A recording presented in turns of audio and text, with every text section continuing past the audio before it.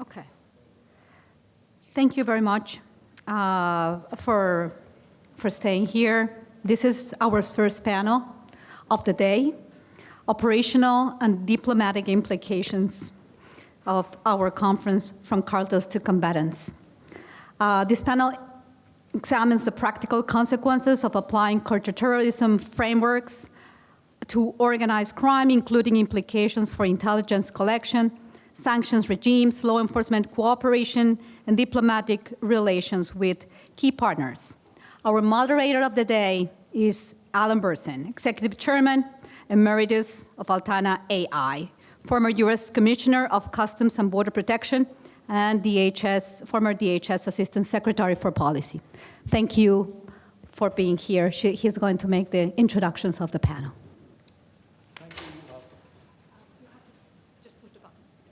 Thank you, Guadalupe. I'm delighted to be here this afternoon with my three colleagues from left to right.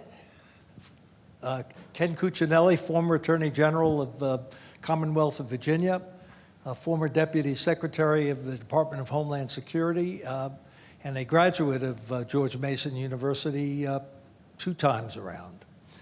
Jim Marquardt, professor, former member of the United States Army, officer in the United States Army, a professor at Johns Hopkins and at the Inter-American Defense College, is here with us. And lastly, Ben Rawbaugh, who's the president of Lanton UAS, but also a senior fellow at the Strauss Center at the University of Texas at Austin, former staff member in charge of North America at the National Security Council during the Obama administration. So welcome, gentlemen, thank you, and good afternoon to all of you, and thank you to Contra. We're here to speak about something that, oddly enough, has not gotten the attention one would think, either academically or public in terms of public dialogue. That is the use of the Foreign Terrorist Organization designation of TCOs, transnational criminal organizations, as foreign terrorist organizations, and the implications of that. And as Professor Correa Cabrera indicated, we have 3 panels today. This is the first looking at operational and diplomatic implications. We'll take an hour and 15 minutes, 15 minutes where the panelists will respond to a question just to get the discussion rolling, and then we'll have a intra-panel discussion, and we'll leave 10 minutes or so at the end for questions from the audience. And if they're more than 10 minutes, the moderators of the 2 other panels will duly take note of the need to leave more time for discussion, because that's the point of this. For decades, the United States treated cartels as criminal enterprises to be investigated, prosecuted, arrested, tried, and hopefully convicted. The model was what happened in the United States with the Federal Bureau of Investigation taking down the mafia families, the 5 mafia families in the United States that dominated illicit activities in this country for decades and decades. Until attention was focused on them initially by something called the Kefauver Commission, and then by Attorney General Robert Kennedy in the Kennedy administration. And then suddenly the FBI pivoted in ways that used tools, particularly the Racketeer Influenced and Corrupt Organizations Act that was passed in order to basically crack the U.S. mafia. The question that we will explore today is, can the criminal justice system and the time that it takes to arrest, prosecute, try, convict, and incarcerate, can we use that in dealing with the huge expansion of organized crime that we've seen in the last 10 to 15 years? The question now posed is whether these organizations should be treated as enemies to be countered with the tools of national security, including military force and counter-terror financial tools, or whether they should continue to be dealt with as subjects only for criminal prosecution and investigation. Should point out that while most of the public focuses on the designation as having military implications, in fact, the military, it's not the first time that the military would be used in dealing with transnational criminal organizations. It's been used periodically in everything from the invasion of Panama in the 1980s to the more recent dethroning, so to speak, of Nicolas Maduro in Venezuela. So we have with us experts to help us look at what's the difference. What actually happens the day after the president designated transnational criminal organizations as foreign terrorist organizations? What was the implication? What changed? Did anything change? How should we look at the unfolding of this? So let me throw out the first question to Ken, who's been at the center both of prosecution and Homeland Security policy. If we move from a law enforcement to a counterterrorism framework, what are the specific authorities or tools that become newly available or meaningfully expanded? What's the difference the day after? So I feel like that book series, the second after, the year after, 10 years after, and all those perspectives, all those timelines are important. I think the authority, the FTO designation itself comes with a whole series of authorities. And I should note that I personally believe that the FTO was written to get after the unique nature of Islamic terrorism, where they operate in cells that are trying to stay hidden and undiscovered and disconnected from the societies in which they're preparing, whereas the drug cartels in Mexico, the TCOs that we're talking about, at this stage of in time, they are enmeshed in their societies. And so when you think of something like material support for a terrorist organization, which is now some of the prosecutorial tools that open up with an FTO designation, is that selling one of the 250,000 or so active cartel members a car? Is it being that car salesman? Is it delivering them a pizza? You know, they literally are the governments of a sixth of Mexico, territorially speaking, and they dispute another sixth of Mexico's territory with the Mexican government, federal and state. So we're dealing now with de facto governments that we've designated as terrorist organizations. Now that is certainly not a first. One thing that is available with the terrorist organization is you can deal with the whole organization, whereas in the law enforcement front, you have the equivalent is a kingpin designation, where you're going after the top of an organization or one of the leaders of the organization and only that person.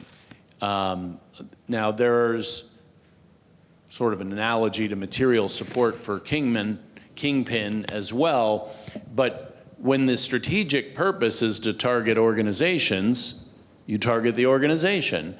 And in the law enforcement environment, that isn't available. You have to deal with one person at a time. Each of them get full due process. And of course, with some of the methods that we might utilize to uncover information, we might want to keep those methods a secret. Well, if you take a defendant to court, you have to lay out how you make your case. And so, again, the prosecutorial approach has real weaknesses. Now, it may be a little bit counterintuitive. I strongly believe that prosecution should be a tool in this entire strategy, but only one relatively small one.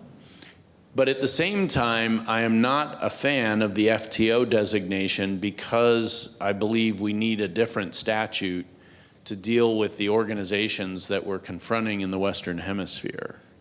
Let me ask you, what dimensions of the war on terror, which, however you evaluate it, had more success than the so-called war on drugs over the last 6 decades, what are the elements in the approach to foreign terrorists would you adapt for use against organized crime? So what our special operators learned very quickly when they zeroed in on terrorism as their project area was the need to get after the money flows.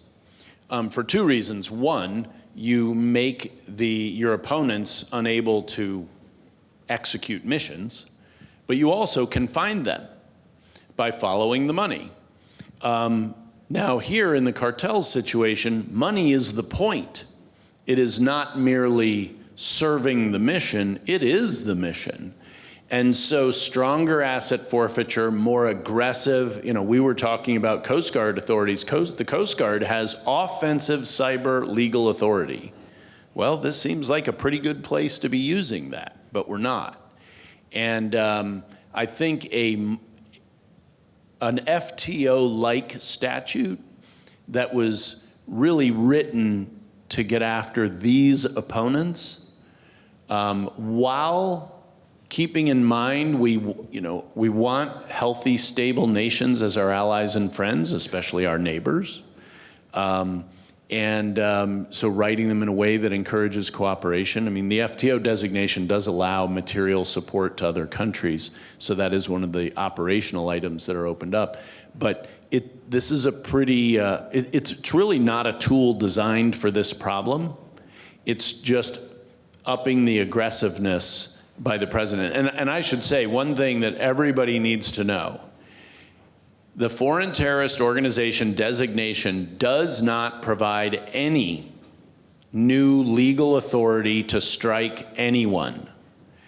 And most people in Congress don't know that because they've gotten so used in the last 20 years to hearing FTOs hit with drone strikes in the Middle East. But the legal authority for those strikes traces back to what are called AUMFs. Those are declarations of war. They wanted to pretty it up. In the early 2000s, that's where that legal authority came from. And that does not really, none of these drug cartels were supporting Osama bin Laden. That isn't the problem here. It's a different problem. So, Jim, let's take on the military issue. What exactly does it mean to treat a cartel as a military target? And if you do, in that context, what are the objectives? How do you define objectives and measure success?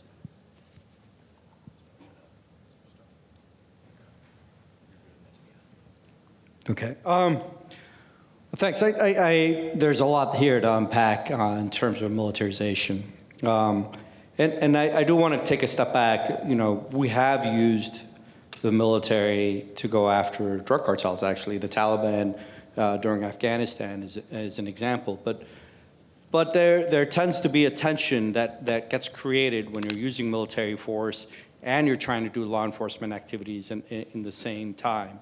And the problem becomes who has the priority and what are the objectives that you're trying to achieve. So I'm going to go back to this one story back in Peru with the Shining Path. And if you look at the Shining Path, they were part of the drug trade in Peru with the cocaine drug trade. And they were also a terrorist organization, kind of similar to the Taliban. And they're using the drug operations to help finance their ideological purposes. And so there's this interesting example where you had the military, the Colombian military, and you had Peruvian law enforcement trying to go after the same problem. And at the time, there wasn't a clear objective by the president of Peru. And so it was we trying to reduce drug flows because we're under pressure from the United States, or we're trying to reduce violence, which is what the public wants. And so in this one scenario, in this one specific case, there's a general that went out to the upper Huallaga Valley. He created a military zone, General Arcienega, And what he did was he realized, okay, I'm not going to go aggressive against most of the coca producers because most of them are just normal citizens that have no other way of living life and whatnot. And instead, I'm going to work in winning them over. And he was starting to win over a lot of the key leaders in the drug part of the operation so that he could figure out who the leaders of the more ideological portion of the organization was to be able to go after them. Well, then what happened was that went counter to what the U.S. interest was, which is try to reduce the drug flows. And eventually he got determined as being corrupt because he was working with some of the lower level leaders because he didn't want to create any more enemies. And so the whole point of that story is there is a natural tension between law enforcement and military. And so when you create military objectives, then you are, in its own effect, limiting law enforcement capability. So let's look at, for example, bombing the drug boats that we've seen in the Caribbean. So we've bombed them, we've stopped some drugs from coming up, but again, it was a military target. What happened if instead we had captured them and used all that information to build an entire case? And so that becomes the tension, I would argue, between using the military force and law enforcement. Law enforcement takes a lot more time, but you can develop a lot more information and develop prosecutions against it. But it's really, really slow. You can use military targets, yes, you can go after ships. But then once you start having success with them, there's also this mission creep, trait that can kind of appear. And so, we've had bombing of ships in the Caribbean. So then what's next? If you're successful at that, or now do you go after targets inside sovereign territories of other countries? If you go after targets of sovereign territories, then what does that do to bilateral and multinational cooperation, law enforcement cooperation, intelligence sharing?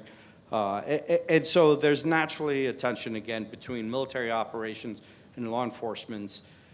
And what I would argue is there are two things that really have to be determined when going after objectives using military force, is the rules of engagement.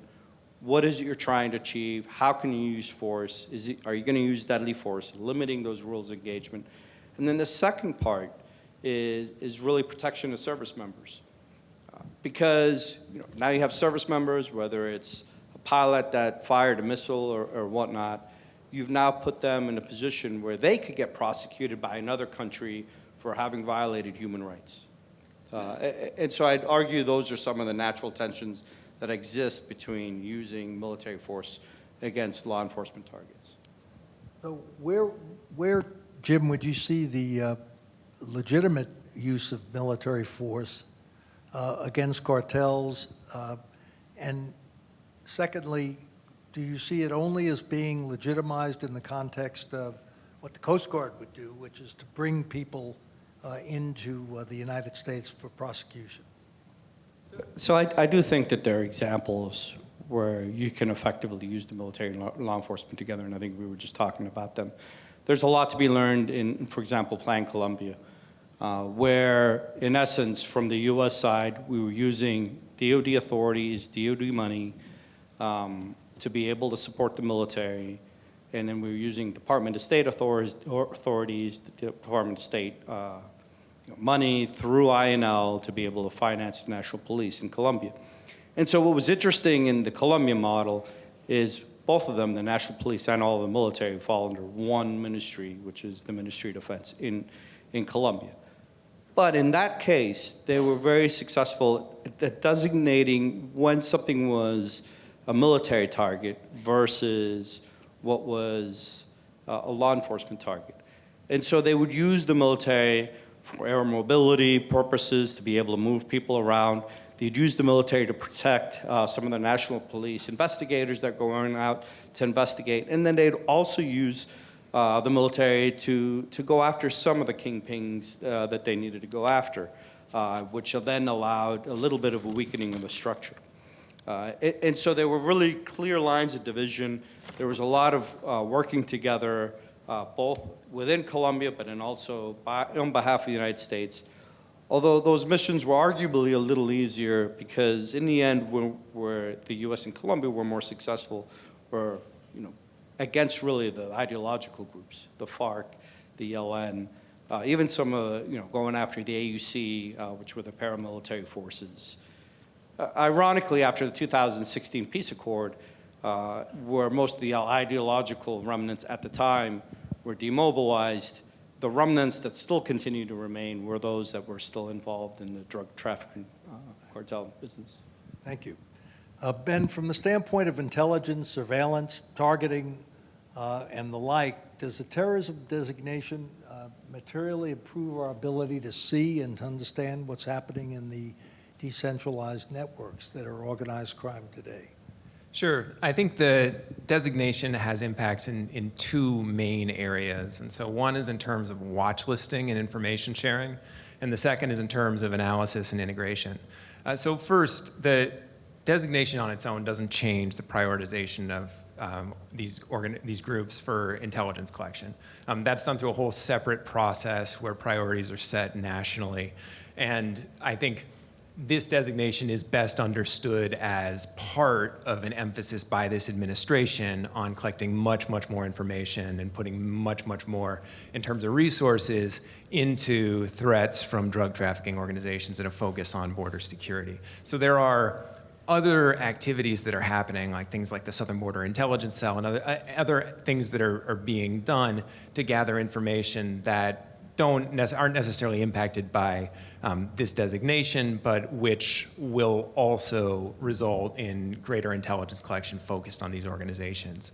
In terms of the actual impacts for first watch listing, so one of the big lessons post 9/11 was that we needed to switch from a need to know to a need to share model for counterterrorism information, right? So prior to 9/11 and all the reviews of what happened, there are stories again and again and again where you see someone where saying like, well, I wanted to share this information with customs, but I could have got in trouble, right? I had information that should have gone to the CIA, I'm at the FBI, or vice versa. But because it's a different kind of information, I could end my career if I share it with someone who I know who might be able to act on this to deal with a terrorist threat. And so post 9/11, obviously, that wasn't tolerable anymore. And so we switched to this need to share standard, where information about potential terrorists and identities went into something called the Terrorist Identities Data Mart Environment, right, TIDE. And from there was nominated into a watch list called the TSDB. This is all maintained by the Terrorist Screening Center, the FBI. And so this information then is fed into watch lists like the no-fly list. And all the information from across government is put in. So there is no longer, because of these processes, there isn't the possibility that some analyst, someone who's working a case, building a case against a terrorist group, can have information that could be relevant when combined with what someone else has if it were applied in one centralized place to a certain person's identity to actually stop a threat. So that has been one of the real successes in terms of intelligence in the aftermath of 9/11 for counterterrorism. It hasn't been replicated on the organized crime side. And I think the standards where case agents in the DEA or other investigative agencies can have information about a potentially dangerous person in an investigative file but not want to share it, historically, they've been able to do that, right? They've been able to prevent that from happening. There have been efforts recently to address that. There was the creation of a transnational organized crime watch list, but it was separate from the processes on the counterterrorism side. So with this designation, now all of that is being unified, where there is now a centralized watch list where members of these groups that have been designated as foreign terrorist organizations are now on the same terrorist watch lists as members of Al-Qaeda or something. There are still, from what I understand, some pretty significant deconfliction problems involved in that, where when you have case files among different investigative agencies, having to have them talk to each other to figure out exactly why something wasn't shared is still significant. And that's not all just these agencies being obstinate. There are different conditions, right? Like DEA generally has a large number of agents working undercover. That's the kind of thing that, if you're going to impact a case where an agent's undercover, it is really significant that you get deconfliction right, and you don't share information in a way that could potentially expose someone. So there are things like that that are being worked through. But I think that's a major impact, is the change to watch listing, where there now is a centralized watch list with this additional resource.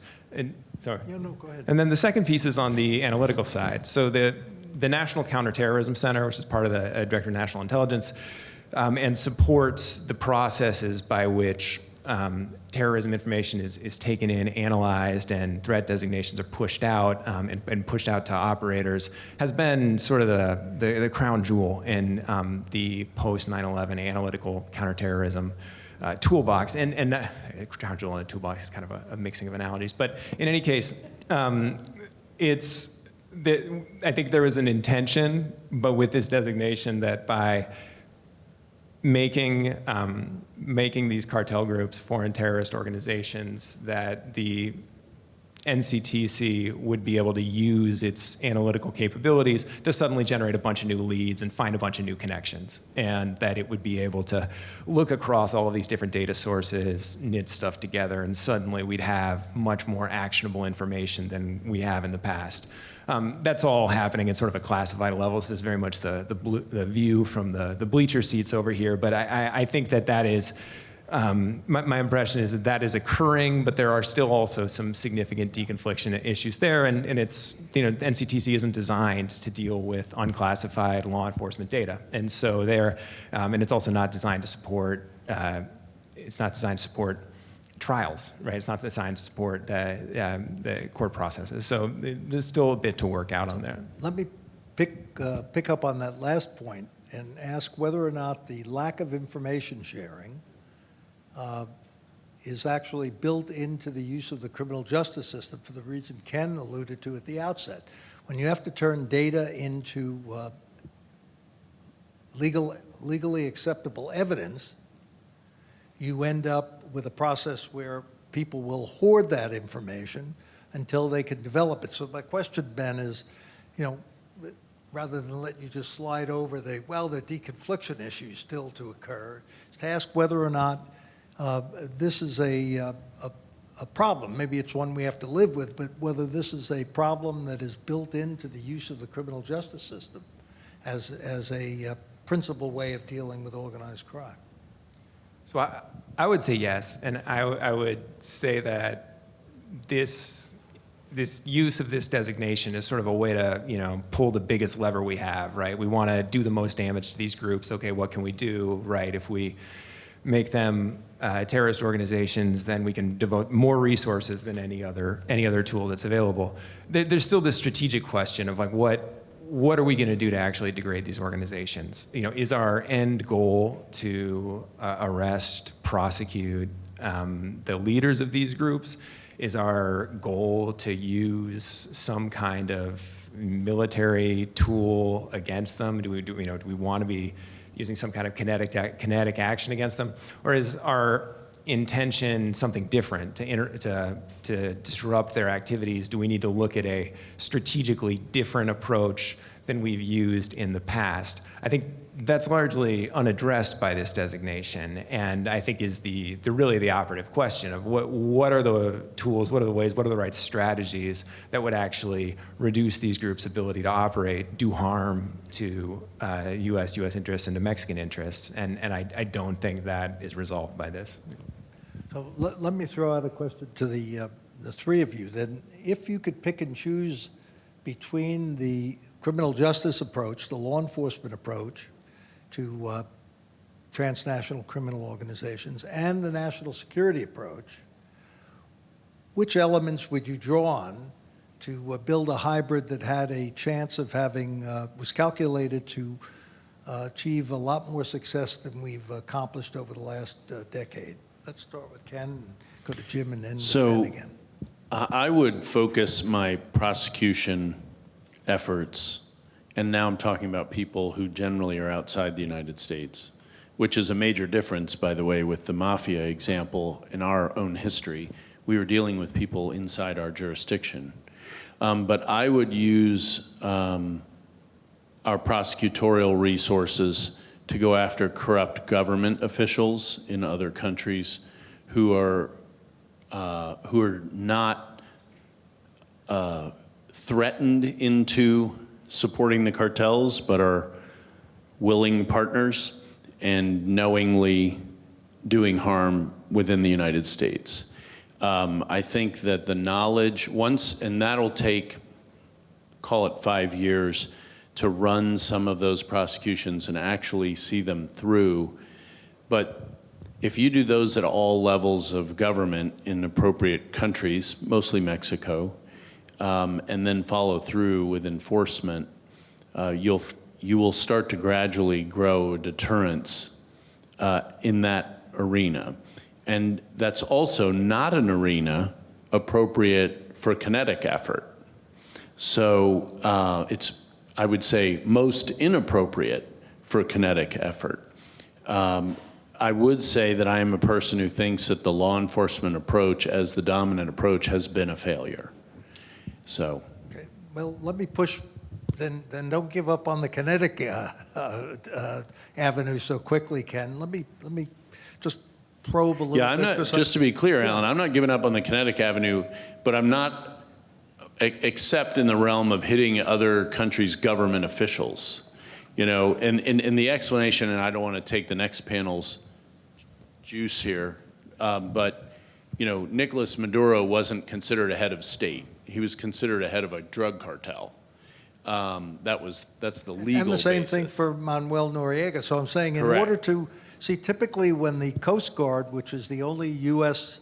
agency that has both powers of war and civil authority, it would typically intercept big cocaine shipments at sea and bring back the crew. But you were dealing basically with the mules at that point. You were basically dealing with the soldiers who were happened to be taking the shipmaster, and you very rarely got anyone of significance in that. Now, contrast that with bringing Manuel Noriega to federal court, trying him in the United States, which took an invasion of Panama, and then the recent event with Nicolas Maduro, which was arguably much more elegant, but both of them involved a declaration of, you know, an authorization to use military force. So can you really accomplish that with government officials if you don't have the ability to extract them one way or another? So I don't, my memory back to 1989 is thin, but they weren't relying on an authorization for use of military force with Maduro. You mean with Noriega? Yeah, no, I don't remember Noriega, Okay. so I'm excluding myself as an appropriate person to listen to about that. But with respect to Maduro, the primary legal defense is that the military assisted the civil authorities in executing an arrest. Okay. And I believe that was an appropriate use of Article 2 authority. You know, people differ on that, but that's where I am on that. So one of the unique things here in the Western Hemisphere is we don't have those authorizations for the use of military force here. And it would take an awfully surgically crafted declaration of war. And I don't think it's possible with this president because I don't think any Democrats would ever trust him with it, unfortunately. But a very narrowly crafted authorization of that type. It would also be very public, which is its own problem when you want operational security to keep your own people safe when you're moving forward on something in the kinetic realm. Fair enough, and we'll take up sidebar the Noriega case, and we'll leave to the second panel the authorization issue. But Jim, what elements of law enforcement, what elements of national security would you incorporate into an effort calculated to be more successful than the one we've managed? Well, I mean, I think there are examples where we've already have been successful, especially over the Gulf. So if you look at a Giant of South, which is the Joint Interagency Task Force South, which has the mission of doing detect and monitor. So they detect ships that are flowing with drugs, and they monitor where they go to, and it gets passed off to countries, and each country then decides how they manage it, most of it really coming into the United States, but also flows go in the opposite direction with weapons and cash and whatnot. And that largely has been really successful at, quote unquote, limiting some of the shipments that go through the Gulf of Mexico. And really, it's what pushed much of the flows through Mexico, which is actually through land. And so, and taking a look at that, one of the things that DoD offers, you have a number of really robust, sensors, intelligence acquisition systems. But that's some of the benefits that DoD has that no other organizations, and not to the scale that DoD has. The other thing is DoD, when given the authority, when they have the power to do it, has a lot of power at convening. They're able to set up headquarters, operation centers. Again, using Giant of South as kind of an example, but that's only focused on really the Gulf of Mexico, or in the Caribbean.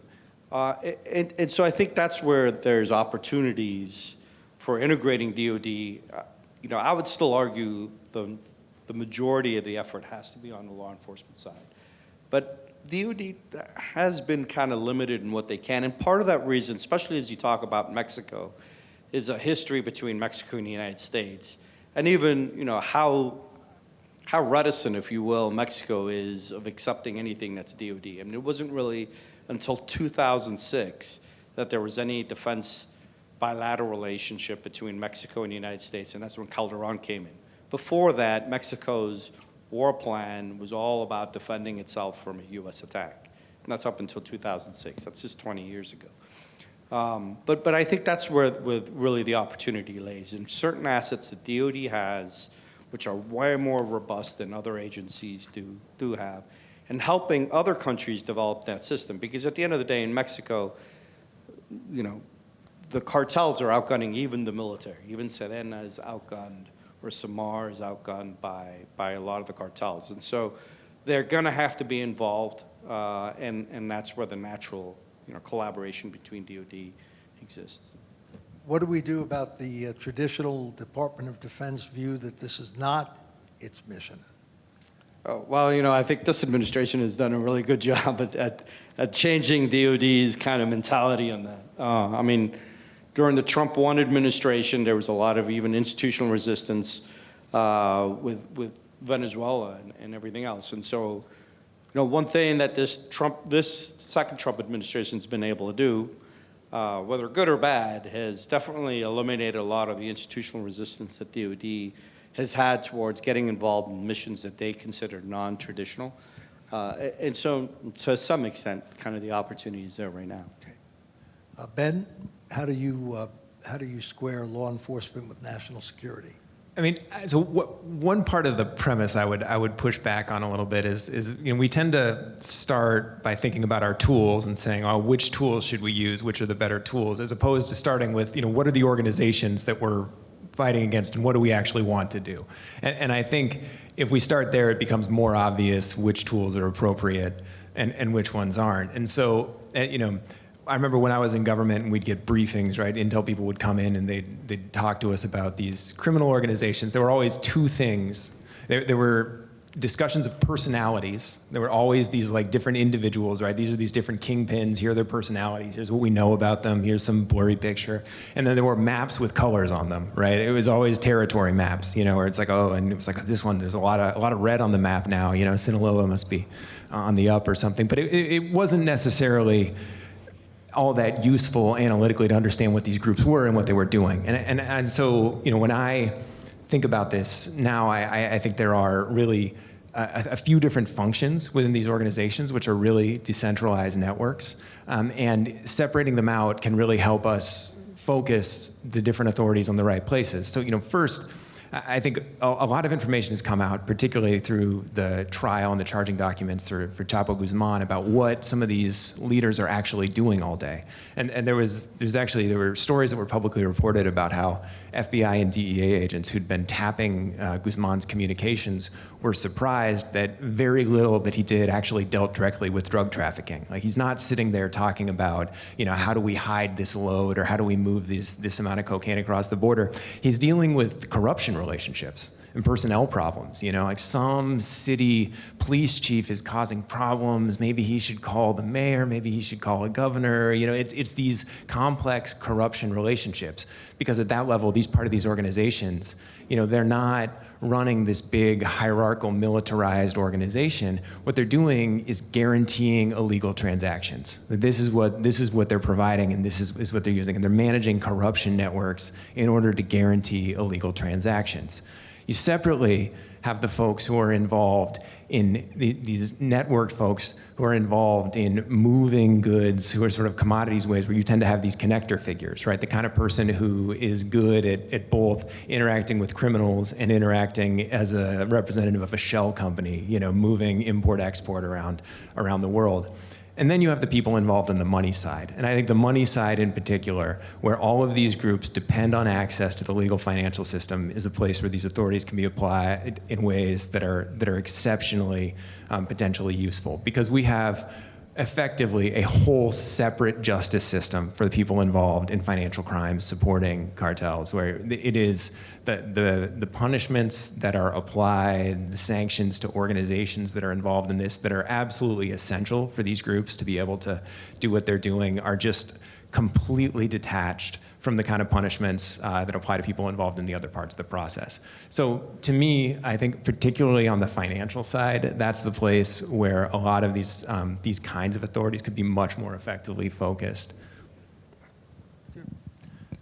Where in your scheme of things, Ben, would military force be useful?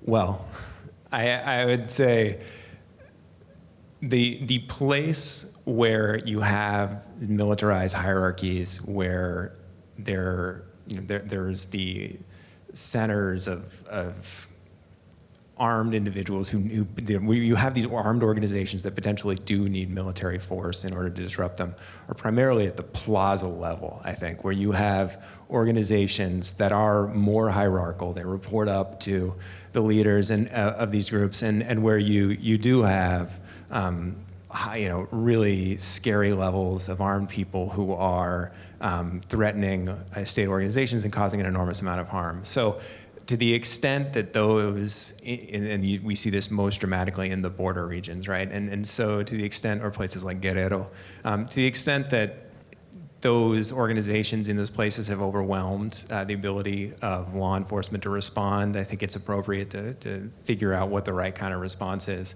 for that.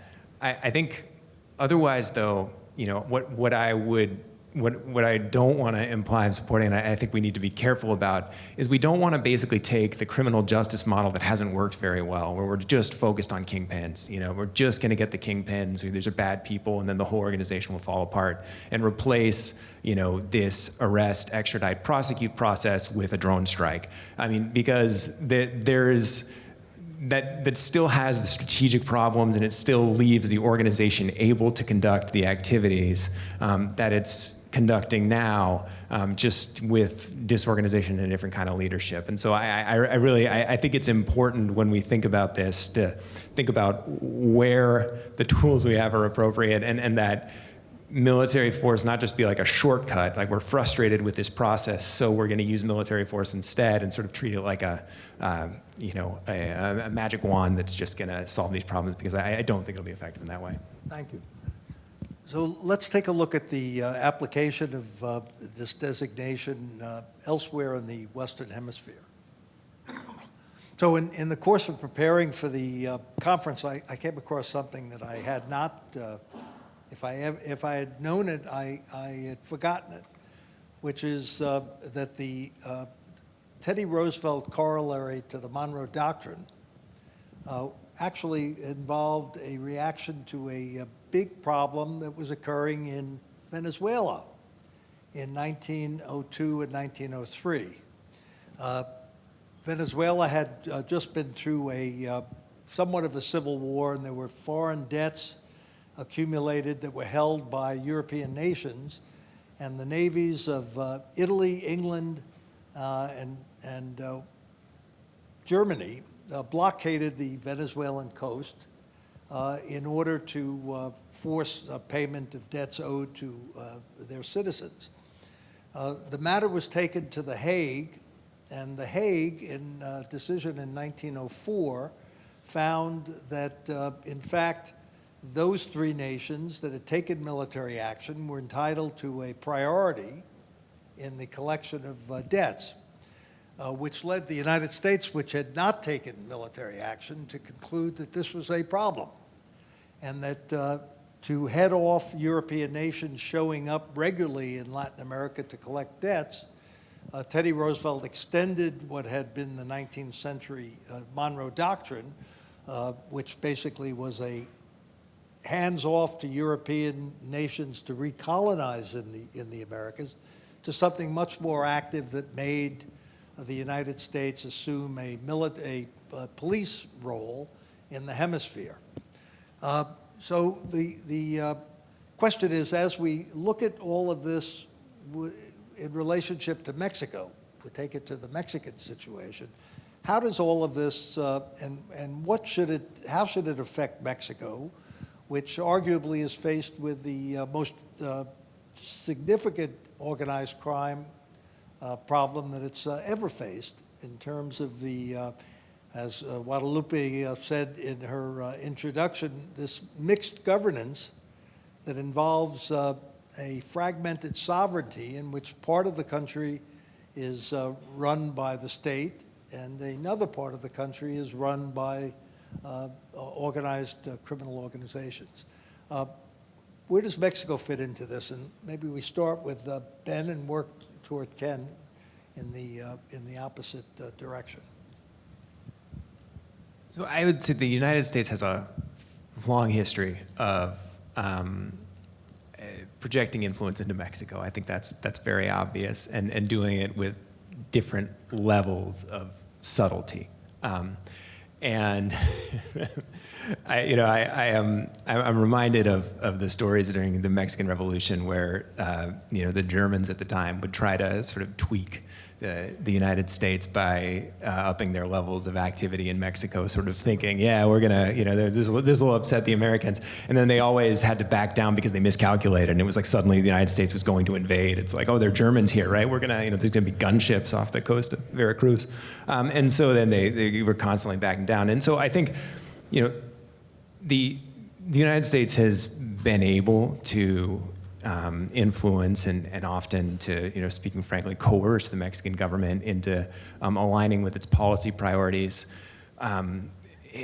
pretty effectively historically. Whether post-World War II was focused on anti-communism or then later focused on counter-narcotics following Operation Intercept and into the Condor years. And I think that the challenge has been that often when the United States has done that, and we have projected our military influence into Mexico, or either indirectly or leaned on the Mexican government to take certain kinds of counter-narcotic actions or other things that it might not have wanted to do, it's also taken resources and used them for its own purposes, often fairly domestic repressive purposes. And so there's an element here where we should be careful not to repeat the kind of structural, not to repeat the kind of enabling of bad activity or other things that occurred sort of during the years of pre-hegemony. And so, I would say the United States has a lot of different resources and a lot of different possibilities to influence and to push the Mexican government aside from the possibility of military action, which is pretty extreme. And I think we should always think about in the context of what that means for Mexican sovereignty and the strength of Mexican sovereignty if we are actually making kinds of threats of that kind of action. So it's in short, a complicated question. Yeah. How would you use, though, to apply the point you were making in response to the previous question, how would you use civil authorities with regard to the financial system to good effect in Mexico?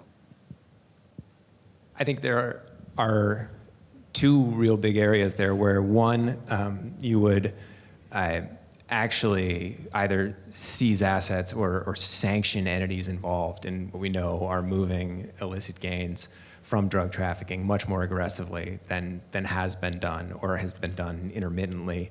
But then also there's a real opportunity to affect corruption networks where we don't have to wait until someone is out of office and living in a palace in Miami before we prosecute them, or before we take action to stop them from being corrupt and in office. And so there are opportunities to do things like seize people's accounts or to make public even the kinds of transactions we may be aware of, the kind of relationships we may be aware of that could be very disruptive for corruption networks, which paradoxically depend to some level on trust and communication between corrupt officials and organized crime members, and where we could make it much more difficult for these kind of networks to continue undisturbed until eventually we send someone to jail years after they've been doing damage in office.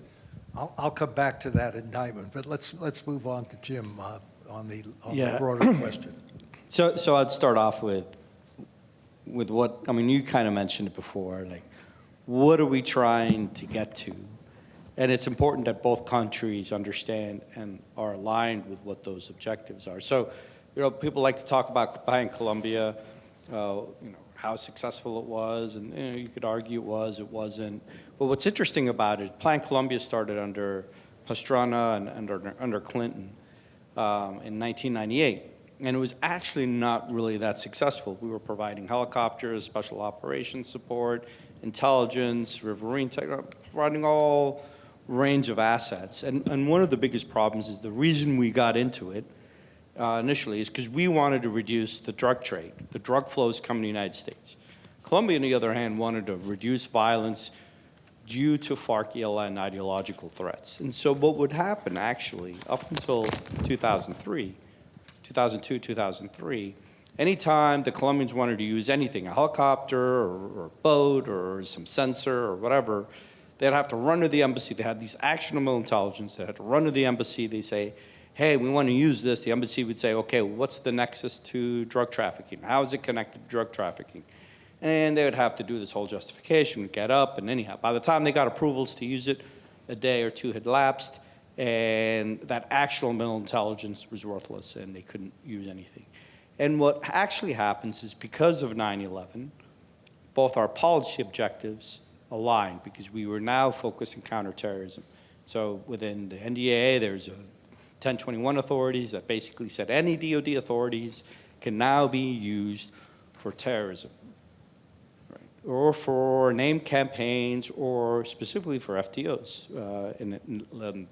The congressional authorization list, the ELN, FARC, and AUC, and all of a sudden everything became aligned, and that's actually when Plan Colombia started to be effective, once our policy objectives were aligned. And so when we go back to Mexico, what are the policy objectives?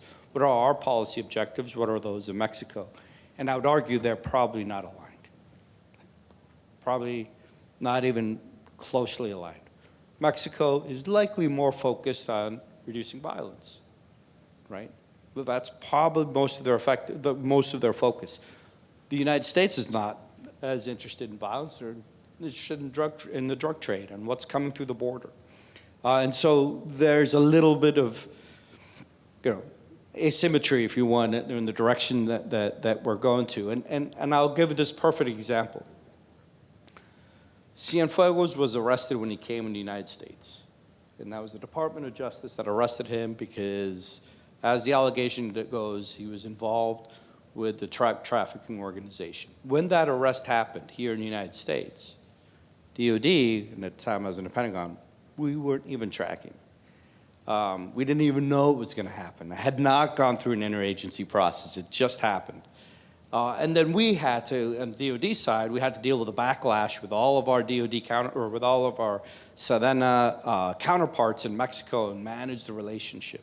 And so we can't even get our own government to be 100% aligned in what it is we're going to and what direction we're going to. And so I would say that what is crucial is understanding even just internally what our objectives are, having those clearly lined out, and then we would really need to get those aligned with Mexico as best as possible. Ken? Yeah, a few comments.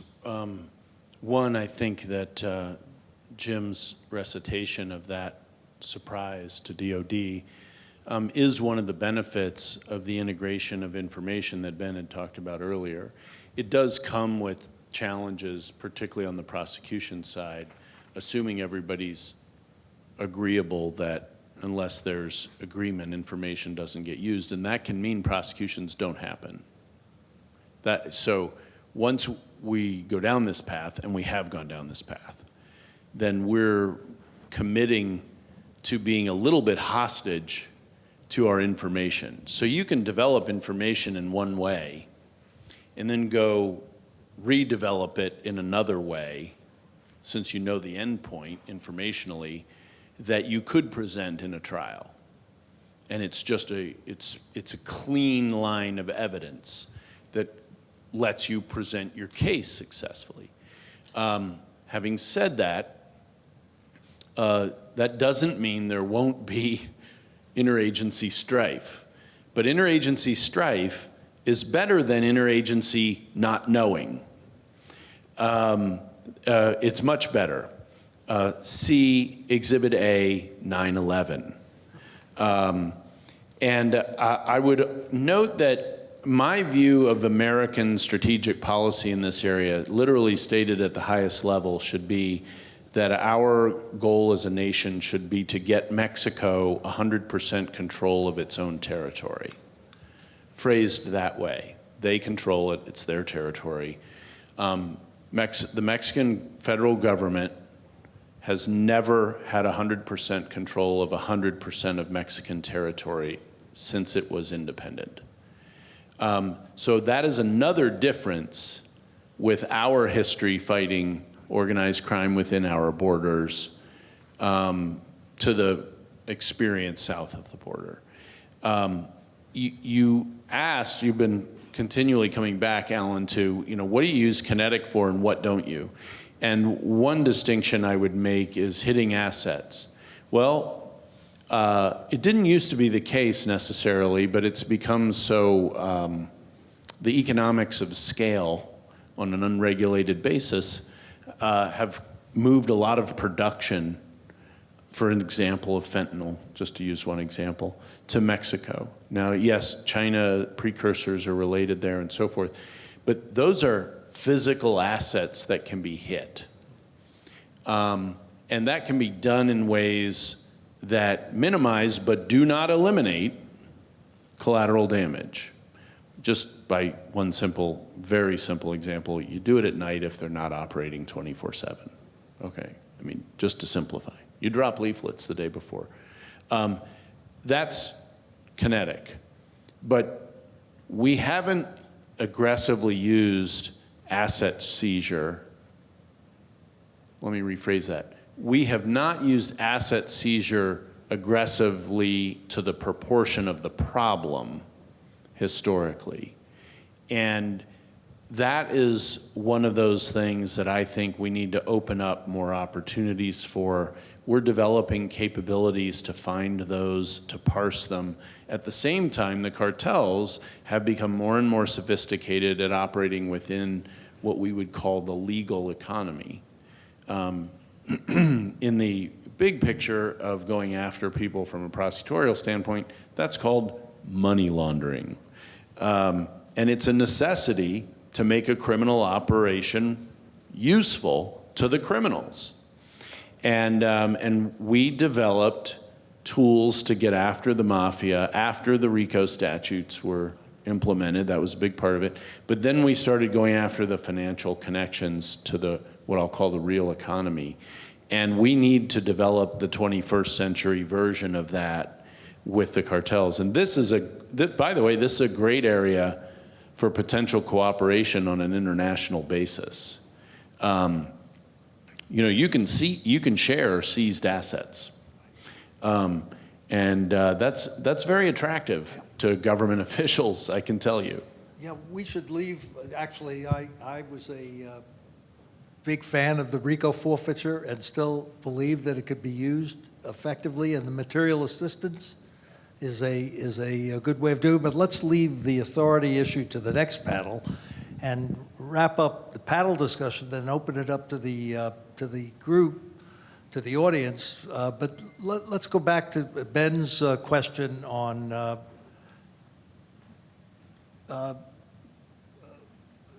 how do you actually bring pressure to bear, and on Ken's last point of dealing with the corruption issue with a specific action. So put aside the Cienfuegos problem, and let's assume that there was an interagency discussion of whether or not the United States attorney in Southern District of New York or the Southern District of Texas or the Southern District of California should indict a sitting governor who's involved in a corruption with organized crime. How would each of you argue that in the Situation Room before making a recommendation to the president? Let's start with Ken and come back to Ben. Yeah, so, Ben had talked about publicity, briefly. I think if you are just going to wait for people to leave office, you have reduced the relevance and impact, I'll call it return on investment, of making the effort of prosecuting a corrupt government official very substantially. Does that mean you are going to end up kicking over a hornet's nest? Yes, it does. And until we start kicking over those hornet's nests aren't going away. And so, when we're confident of our case, we ought not wait. And historically, we have, and that has been a grievous error, and we need to correct those errors. And the publicity itself within probably Mexico, but this could apply in many countries, is going to have its own form of accountability within that country. So I feel we have been way, way too much on the back foot where we should be on the front foot and punching on that one. Maybe we leave to the third panel and to Ambassador Berruga whether or not the indictment of a sitting governor in Mexico would cause a constitutional crisis in Mexico. But let's leave that for that panel. And Jim, what's your take on that potential action? Yeah, I would say two things. So first, this administration has already started leaning forward on that. Not necessarily with Mexico, but they just indicted Gustavo Petro from Colombia, and this is just shortly after they both had, one-on-one meeting at the White House. And so this is very much a shock to people that follow Colombia. But I think we can. I do agree. I think as a U.S. government, we've really taken a back step to doing this because we are worried of the repercussions and whatnot. And I think if we start doing this, there's going to be an immediate impact, obviously. But if that becomes the standard protocol by which we always operate, well, I think we send a very clear message. Now, it would be much easier doing it towards a governor who is of the opposition of the president of that country versus going after a governor that's part of the Morena party in Mexico. And so, there has to be some sensitivities diplomatically. And I would say, okay, if it's of the same party, let's not surprise the sitting president who we're trying to work with right now of the Morena party. Let's maybe start working with the president, but saying, hey, we already have this strong case, and get their government involved as well, as opposed to, again, having another Cienfuegos surprise. Thank you. Ben? I don't, you created the problem. I don't have much to add. I'm generally in agreement, but I would just say I think it's important that we think about this strategically. The problem with a governor, someone in a, in a position at that level who's been corrupted by a drug trafficking organization, in terms of the strategic threat to the United States and Mexico, is not that that's a bad person who should be punished. I mean, yes, it is, but it's that person needs to get out of that office, right? That person is doing damage now. And so if we are prioritizing a process that will eventually focus on holding that person to account after they're out of office, I think that's not the right goal. Our goal should be stop them from doing the harm they're doing right now using the different tools we have available. And if I could, just announcing that while they're in office just guts them politically and in terms of the authority in their home state, just like Ben said.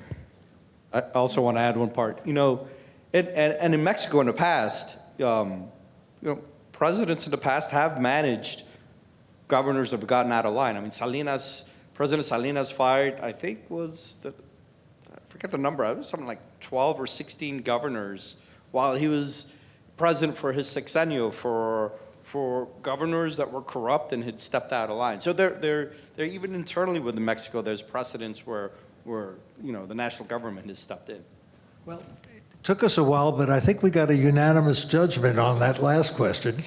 But let me open it up to the audience after thanking you for a very stimulating, constructive discussion. You can come here, and here at the front, in the two sides, you have the microphones. Thank you. Hey, good afternoon, gentlemen. Bob Osgood, Electrical and Computer Engineering Department. You've talked a lot about kinetic responses and pros and cons of that, but with the FTO designation, it also opens up the Foreign Intelligence Surveillance Act, right? So since FISA is now in play, do you think that the application of FISA to the cartels will be any benefit, especially over Title III? And do you think Congress will fund, other than just the FBI, of which I'm retired, that's why I know all this shit, they'll also fund like HSI and enhance DEA's funding to be able to use FISA? Thank you. So when you say FISA is in play for everybody else, FISA is up for reauthorization before Congress, and as usual, it is controversial. Full disclosure, I sued the NSA and President Obama over the use of metadata 12 or 13 years ago, and Congress changed the law to block the metadata gathering before our case could conclude. How about that, before we got to discovery? But I do think FISA can be utilized against the cartels. I don't think there's any restrictions on that. Where the restrictions roll in is when they are communicating with American citizens. And that is the center of the debate going on right now in Congress. And I'm certainly one of those that comes down on the side that if you want to use anything involving an American citizen, you need a warrant, even collected internationally. And that is a very controversial position in both parties, by the way. We're sticking with the bipartisan conflict. But it is available, and it's just an example of other intelligence tools and methods, both legal and systematic, that become available not just with the FTO designation, but in focusing on the cartels. You don't need an FTO designation to use FISA against the cartels. Given that we have, thank you, Ken, given that we have 10 minutes, let me suggest that we ask our questions and then open it up to the panelists to answer so that we get the coverage of the 4 questions with the 3 panelists. Okay, I have a simple and short question. Seems to me that both countries, the United States and Mexico, are in agreement of the danger that organized crime represents for different reasons. You have just explained that, as you said, in the case of Colombia, that the Colombians had some goals that were different from the Americans. Eventually, they sort of aligned. But it seems to me that Mexico and the US are suffering from the same illness in this case. Let me put it that way.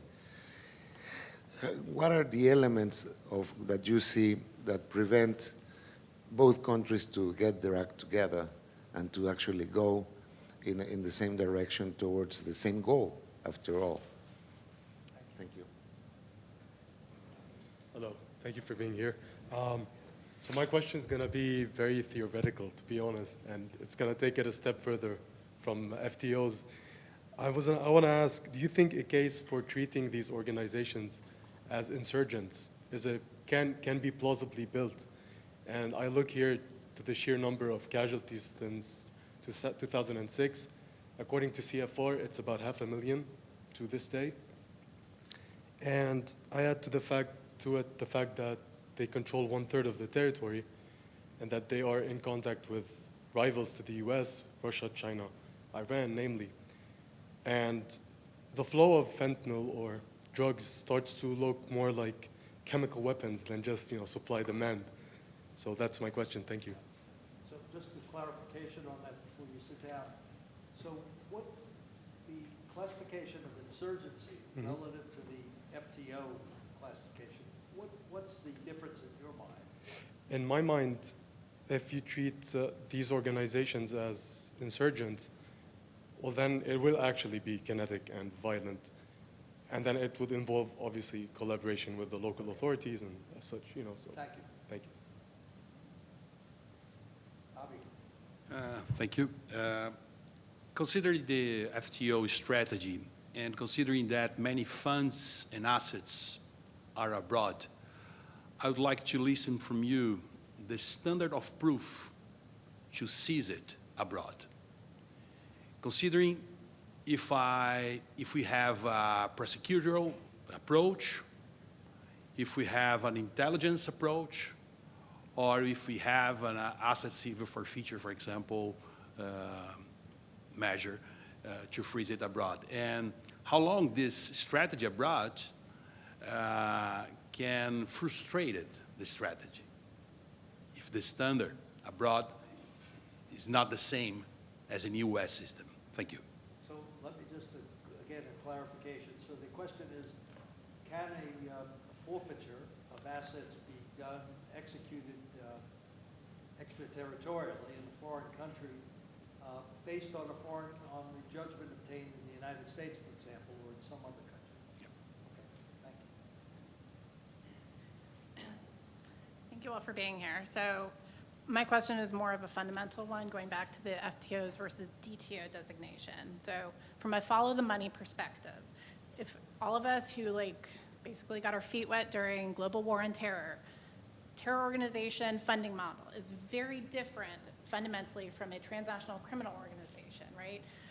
Being that terrorist groups are not reinvesting their money, whereas as we say, all DTOs are essentially transnational criminal organizations. Not all transnational criminal organizations are DTOs, but they're reinvesting their money. So how we approach looking at them when you're designating them as FTOs, is there a concern about not understanding fundamentally what a transnational criminal organization is, therefore affecting the strategy, have to get after their money, which is kinetic or non-kinetic? That is one of the more effective ways. If you make things more expensive, if you take out the ways they're more effectively making money, what is their biggest money maker for drugs? Is it cocaine or fentanyl? What is the best way to get after that group? If you deprive them of funds, and that has been very effective over the years. So fundamentally, if you make DTOs and designate them FTOs, are you muddying the waters so much that people fundamentally are not going to understand how to go after it effectively? How do you differentiate that? And then separately, you want to levy sanctions. How do you do that more effectively? Because we can see the massive increase in sanctions and levying as our main economic tool when we talk about the national security strategy. That is our main one. So how do we more effectively levy sanctions to go after these groups without just putting them out there to say, check, this is what we're doing? Thank you. Clear. And we have a fifth question, and then we'll open it up. We only have 3 minutes, so I'm going to ask the sponsors of the center whether we can, and the consent of the audience, to move into the break a little bit in getting the response. Please. Paul Reed here, and my the question I pose is, I guess it's related to the money trail, but it just seems like the cartels have just their firepower is off the charts. It's it's more than the military of many nations. So, are you all aware of efforts by the intelligence community to find out what their sources are? Because, these have to be massive arms shipments. And it just seems like if they could go after those, where they're obtaining these, these weapons. Thank you. Thank you. Good. So let me, given the time compression, let me parcel these out if I can. And any panel member wants to speak, be not shy. So first, Jim, on the last, let's take the last question first. What is Mexico has always asked us to stop weapons going south, and we very rarely do that. What is the best way to address the firepower of the cartel? Well, I mean, I think it's, yes, the weapons are coming from north and going south. But even if we stop them, I mean, let's also kind of look at it from another perspective, right? If you're able to stop all the drugs flowing from Mexico to the United States, would drug consumption stop in the United States? Probably not. And so the inverse is also true, right? So if all of a sudden you're able to stop, weapons flowing from north to south, would all of a sudden the consumption of weapons from other places around the world stop in Mexico? Probably not, right? And so, I think always, one of the biggest problems, and I think this goes back to your point, how do we get back to alignment between policies? There's no real answer to that. But what I would argue is we tend to look at it just from a supply side. Mexico looking at the supplies that are coming from the United States, money, weapons, and the United States looking at Mexico supply, which is of drugs. And I think that's a very myopic view. What we have to look at it is it's a little larger. So again, for the drug cartels, they're not just supplying drugs, they're supplying anything that's illicit. If there are no more drugs, they're going to find something else illicit that people want in the United States, and vice versa. They're going to look for something they want from the United States, whether it's cash, whether it's weapons and whatnot. And if they don't get it from the United States, they're going to look around the world. And so there has to be a little more focus on alignment. It's not just kind of about the weapons. Just leave it at that. And the ambassador's question about why can't Mexico and the United States actually cooperate in a way that would be more effective than So at times we have, but those times have primarily been when you've had an economic threat north to south, which is only coming from Donald Trump, and he's going to be president 3 more years. And I do not think the CJNG action we saw recently would have ever happened unless Donald Trump said something to the effect of, if you don't do it, I will. And that's not alignment. We need to align incentives. They have high degree of violence. They also have, territorial control going on in their country. We know about things going on in the U.S., drug consumption, for example. And there is a strong desire on the side of Mexico to not have or be seen having us doing their work for them. That's a problem, and I don't know how we get around that particular problem other than to help them surreptitiously. And I suspect in the CJNG case we did. I mean, we've said we did without being very specific about it. And I think building up more of that capability gives us more opportunities to help Mexico. And that is the ultimate ideal long term. I do not think that Mexican society, and this is just my judgment, I'm just one person, is capable of taking out the cartels by themselves.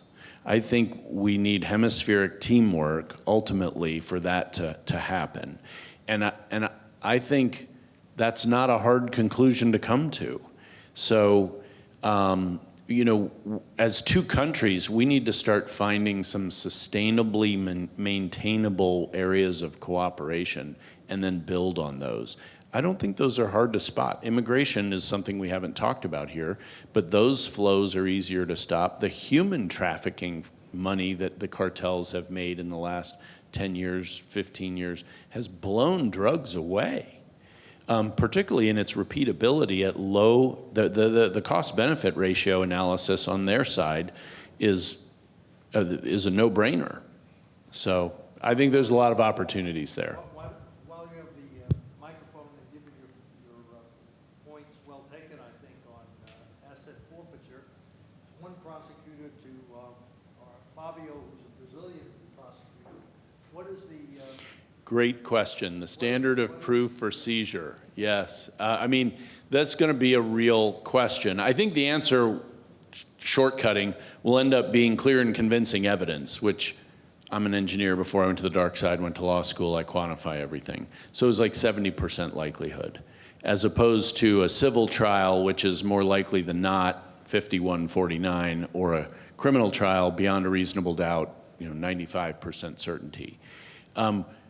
And that means we're going to make mistakes. And I will say in domestic asset forfeiture, the US government absolutely sucks at returning assets to people they've taken them from who they shouldn't have been taken from. And so now we're going to add an international component to that. And by God, on our side of it, we better be darn ready to admit error and return stuff. Because if we want to be aggressive and move fast, which means high volume impact, then we're going to have to high volume process our errors and correct them. Fair enough. But at least you can correct a financial error. You blow somebody up with a drone strike, you can't fix that. Fair enough. Ben, why don't you take the issue on whether or not the designation actually complicates following the money, and then we'll ask Jim to wrap up on responding to whether or not an insurgency designation would help in any material way. Sure. On the point about whether this creates complications because you're taking two different things and conflating them, I think it does create complications. I mean, as Ken said at the beginning, we're using a series of authorities and processes that were all designed for a certain kind of actor, and saying, all right, now we're going to apply it to this other group that often behaves very differently. And so, yeah, I think there are going to be complications. There are going to be places where it doesn't necessarily fit. I think probably operators, people involved in things like watch listing, are cross-designating people. They're keeping these different kinds of these terms separate for functional reasons, where they need to know, hey, this is something that could end up in a prosecution. This is something that needs to go back to a counter-narcotics case DEA has, versus this is something that's going to go to the CIA or Joint Special Operations Command or something. So yeah, I think it frankly does create possibility of a lot of complications. Yeah, and the last thing on insurgency, I think people like to use these typologies. You have insurgencies, transnational criminal organizations, gangs. I think there's a mistake. I think when people use typologies, then they automatically align a specific type of authority, a specific theory and how to address it. And all of these organizations are really, really different. And I don't think calling them an insurgency makes any difference at all, sure. I mean, FTO is a specific, we call it FTO because there's an authority, there's implications that come with that, which are actually limiting, as we've kind of already discussed, as it relates to transnational criminal organizations. And so transnational criminal organizations are also a typology, if you will, and they're all very, very different. They all operate in different ways, and so you can't even use the same methodologies. We could target the money if you want. I think during lunch we were talking about this. You could do asset forfeiture. You could do everything you want. And these organizations, most of them, the ones that are survived, are very, very, they're very resilient, and they are very innovative. you get away access to money, they're going to find some other resource. And so the example I gave right now is in the Colombian cartels. So you shouldn't even call them drug cartels anymore because they make most of their money off of illegal gold mining. And illegal gold mining is non-traceable. You can grab that, they can put it into a normal, illicit market, they can ship it abroad, and there's no way of ever tracing it back to where it came from. And they're very liquid assets. Thank you for a terrific panel discussion, and to the audience for your giving us some of your break.